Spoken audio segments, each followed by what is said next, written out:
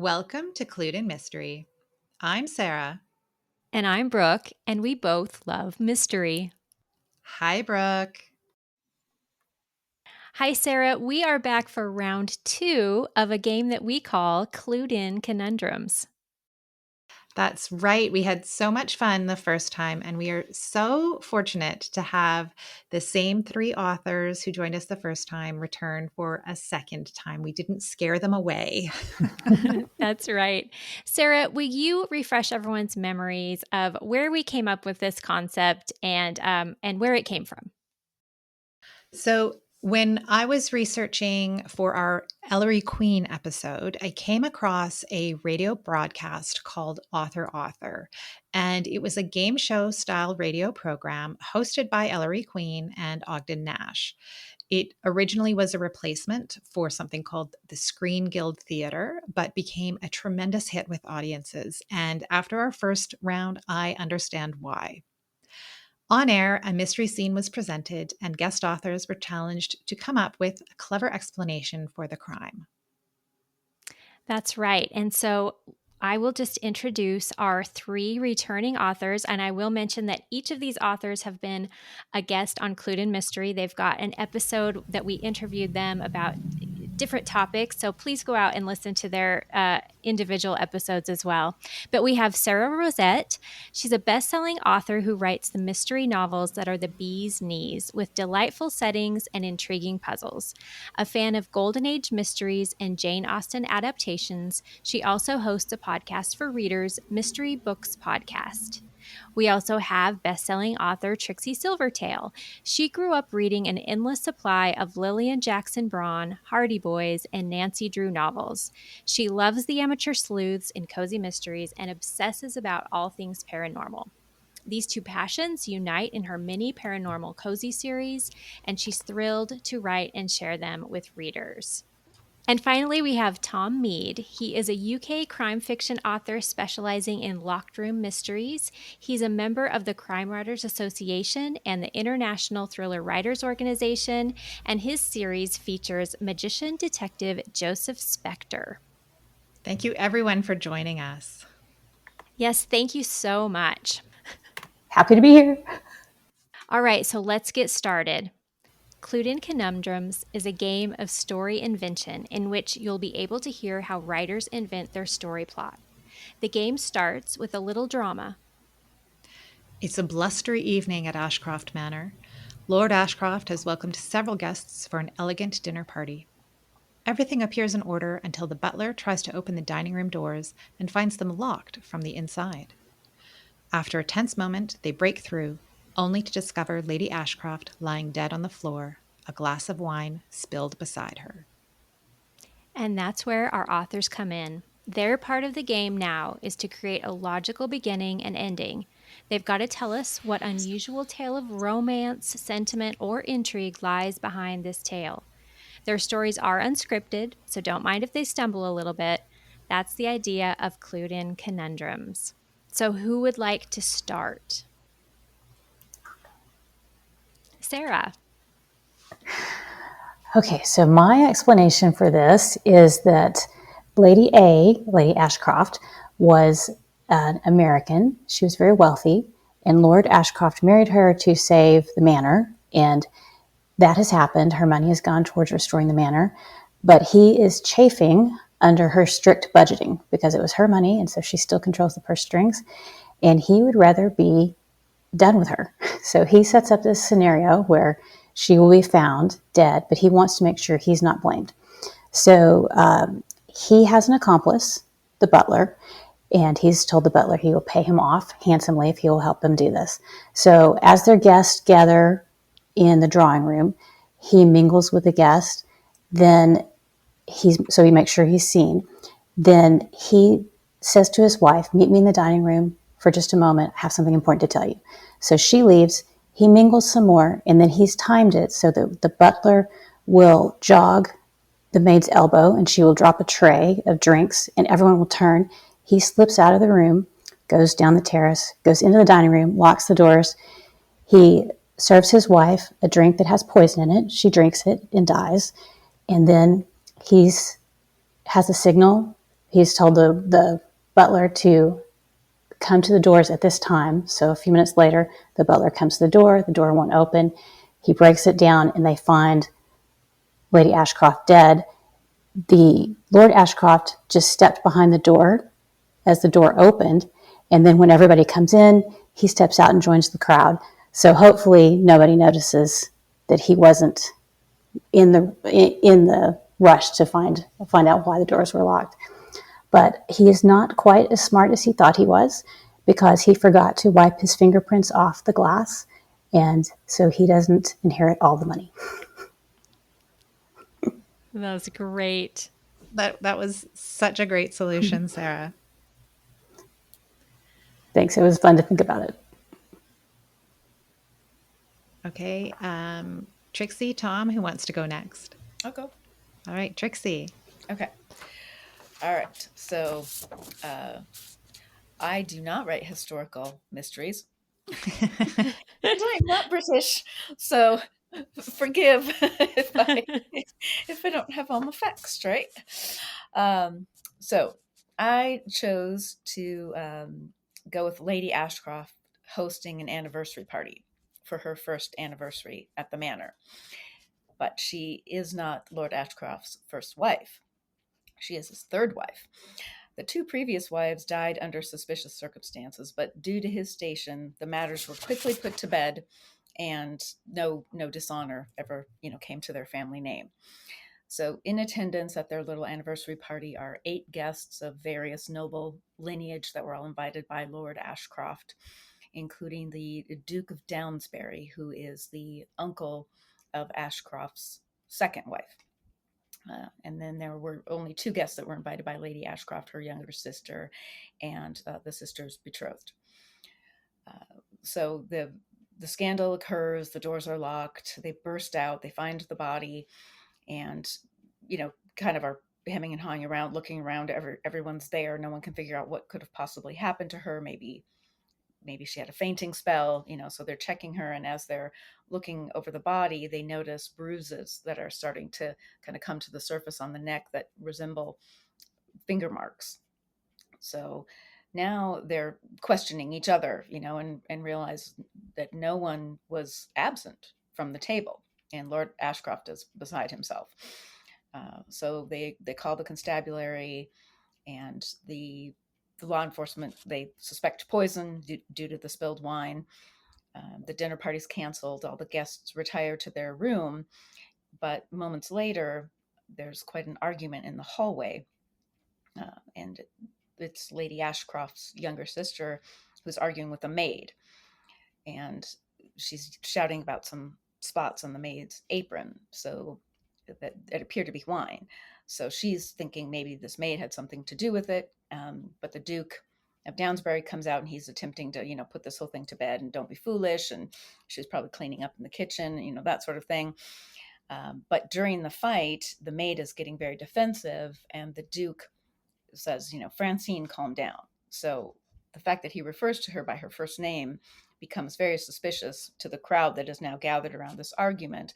He knows her, and it turns out that he worked with her to end Lady Ashcroft's life, because they suspected all along that Lady Ashcroft had killed the second wife to gain her position at the manor.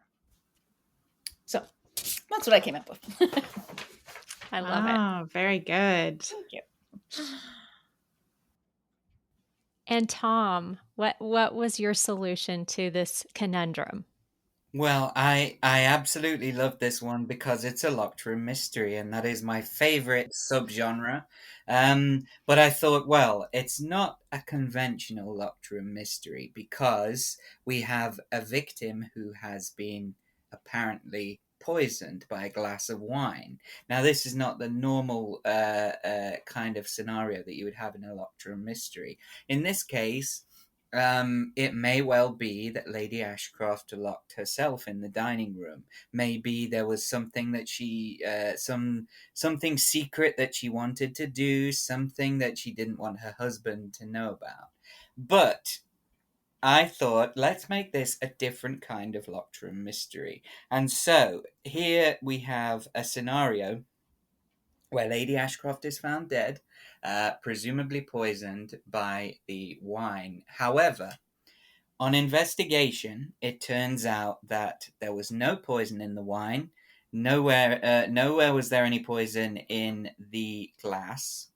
Um, the bottle had not been tampered with, and besides, everybody else had been drinking from it before dinner, and so it becomes a question of how was the poison administered to Lady Ashcroft.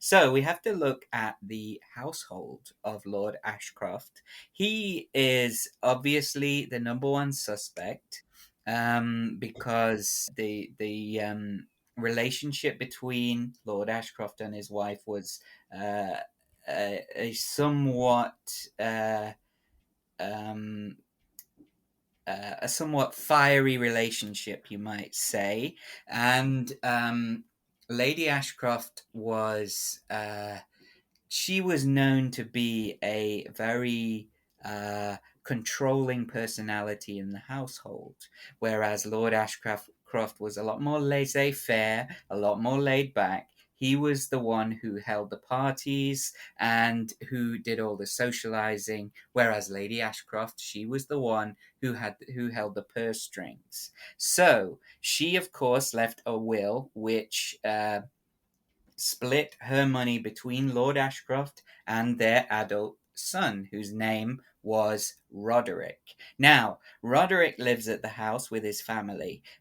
He is somewhat of a dilettante. He has never found his path in life. He has never worked. He has tried all kinds of hobbies and pastimes. He has tried sports. He has tried writing poetry. He has tried painting, and now he is an amateur ceramicist making decorative clay pieces and tiles and pots and things like that. So he has never found his niche in life. He also comes under suspicion, of course, because he was there for the party. But again, they cannot work out how this poison was administered to Lady Ashcroft. Elsewhere in the house, we have the butler, whose name is Ackroyd, and he is a closet gambling addict, so he is heavily in debt. But there's no way that he could have profited by their death, and so they rule him out pretty quickly. Next, they turn to the cook, whose name is Mrs. McGinty, and she becomes a suspect because, of course, she was the one who had prepared the meal, but of course the body was found before dinner, and so Lady Ashcroft had not consumed any of the food. So they rule her out as well, and that leaves them with the lady's maid, who looked after Lady Ashcroft and who laid out her clothes and things like that. So it seems maybe the lady's maid has something to do with it. Well, here is what really happened. When they do the autopsy on Lady Ashcroft, they find, strangely, that she is missing a tooth. She is missing one of her back teeth. And it emerges that she used to wear a dental plate to replace that tooth. So where did the dental plate go? Why was it not? Why was it not in evidence in her murdered corpse? And so it transpires that the son, Roderick, had, using his newly acquired skill with ceramics, had produced a replacement for that dental plate, which was made, in fact, of wax. And he had injected a dose of poison into this replacement tooth that was fashioned from wax and screwed into the dental plate. And so when his mother sipped the wine, the acidic wine melted the wax and caused the poison to trickle down Lady Ashcroft's throat and kill her in that locked room scenario. Um, But of course, he had to be in cahoots with the lady's maid because she was the only one who would have had access to the dental plate to uh, switch out the fake one for the real one. So it was, of course, the grown up son, Roderick, and the lady's maid in cahoots in the murder of Lady Ashcroft. Oh, that was so great, Yeah. Tom. All of you, really. And, one of the things we were looking forward to was seeing a peek inside of an author's process. And we definitely got that today. So thank you so much for sharing. That was great. Thank you. Thank you again for having me. Me too. Before we go, I think it would be great for each of you to share where our listeners can find you, because after this, I'm certain that they're going to want to read some of your books. So why don't we start with Tom, because we just heard from you and your Yeah. solution. With pleasure, yes. Well, first of all, let me just say thank you. Thank you for inviting me back. It's lovely to talk to you again. And that was such a fun scenario. I enjoyed that very much indeed. But I write a series of locked room mysteries, and I am very active on social media. You can find me over on Facebook at Tom Mead Author, Instagram, Tom Mead Author. I'm on Blue Sky as well. I have recently set up a new author website, so you can find me there at tommeadauthor.com.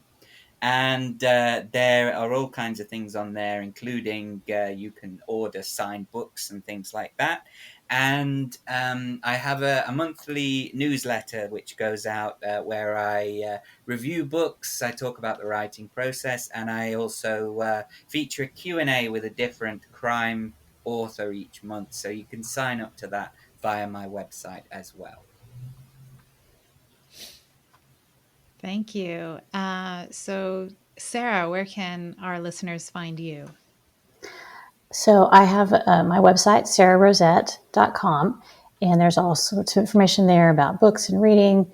I also have a bookstore where you can buy my books, sararosettbooks.com, and that's Sarah, Sararosett. And if you like podcasts, you could check out Mystery Books Podcast. That's a seasonal podcast I do where I talk about books that I'm reading and authors I've enjoyed. Wonderful. And Trixie, where can listeners find you? Yeah, thank you so much for coming up with this idea. It was really fun. It was really enjoyable to participate in. I have an author website, Trixie Silvertale, and that's TALE.com, and find out about me and my books. And I have 5 different paranormal cozy mystery series. I'm also pretty active on Instagram. I'm sort of once in a while on Facebook, but those are the main places to connect up with me.